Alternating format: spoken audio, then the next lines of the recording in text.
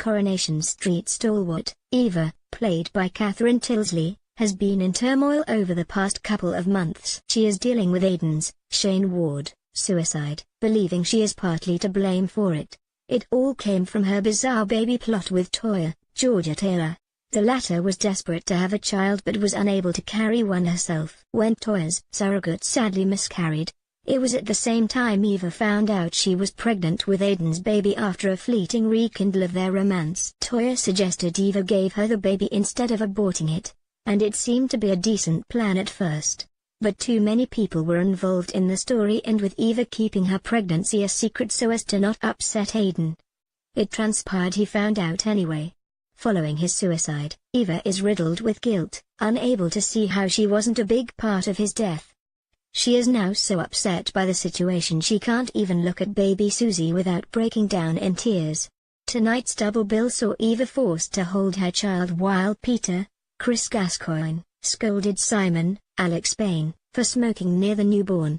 TOWIE caught her crying as she cradled the tot, and the weight of their impossible situation seemed to play heavily on them. TOWIE is forced to confess all to Peter in the coming weeks as she opens up about the plan.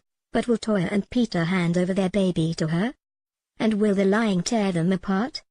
It all comes to a head later on in the week when Eva's guilt tears her apart during Aidan's funeral. Johnny Connor, Richard Hawley, emotionally explains how he wishes he could have seen his son as a father, and Eva can do nothing but cry, knowing he did secretly have a child. Catherine teased the upcoming scenes on Lorraine earlier today, explaining how it brings upon her exit. She said, "Eva is completely guilt-ridden. The Connors are quite clearly distraught since losing Aidan, and she knows it is his baby.